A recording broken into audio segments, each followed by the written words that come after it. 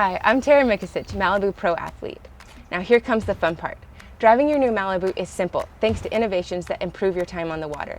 Here are some quick tips to get you started. Before anything else, make sure everyone is inside the boat and ready to go. Never start the boat when there are swimmers in the water, and always turn off the motor when you leave the helm. Make sure kids under 12 are wearing their PFDs. When you settle into the helm, always attach the emergency engine cutoff switch safety lanyard, the kill switch, somewhere on yourself, and make sure it's engaged on the other end. Run the blower for several minutes, make sure the throttle is in neutral, punch your code in, and start the engine. Have your crew unhook your lines and pull your fenders in. They should then push the boat out away from the dock. Take everything slow at first. To engage forward or reverse, pull up on the neutral lock catch with 2 fingers and slowly move the throttle. Unlike a car, a boat turns more from the middle, so it's good practice to have your crew shove off, then gradually turn away from the dock in a wide arc to give the swim platform plenty of clearance. Anchor your forearm on the padded rest and let your fingers move the throttle rather than your whole arm.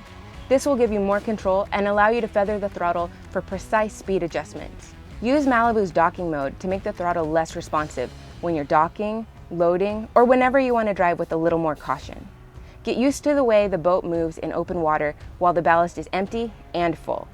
When you're ready to have some fun behind the boat, Malibu makes it easy with presets in the Malibu Command Center. Just navigate to the presets menu on the 12-inch touchscreen and select how you want to set the boat up by pressing Wakeboard Beginner, Wakeboard Intermediate, or Wakeboard Advanced, and then press Load. The boat does the rest.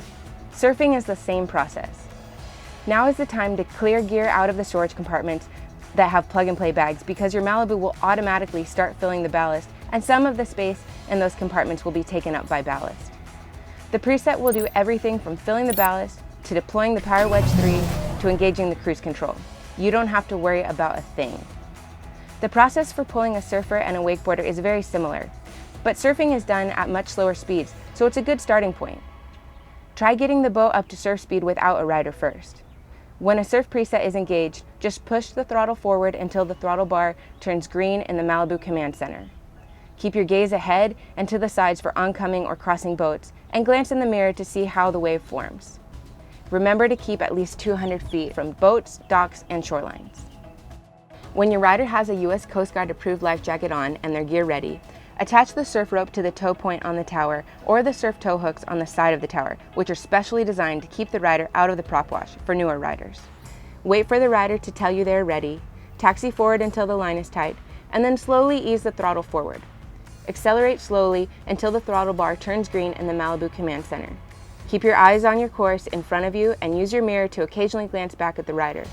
Additionally, in many states, a spotter is mandatory. A spotter's job is to let you know when the rider falls so you can concentrate on driving. Some states also require the spotter to raise a flag when the rider is down. When your rider falls, ease the throttle back to neutral and give the boat a quick bump in reverse. Wait a few seconds for the surf waves to pass and then circle to the right side, also known as the starboard side of the boat. Do not turn at speed unless your rider is in danger from another boat. Power turns throw rollers that can make the entire waterway choppy and present more danger to the fallen rider. Instead, circle to your rider at idle speed, keeping them on the starboard side where they're easy to see from the helm. Have the spotter throw them the surf rope if they want to go again, or turn the boat off if they're coming back in. Stay in at least 10 feet of water and at least 200 feet away from other boats, docks, and shorelines.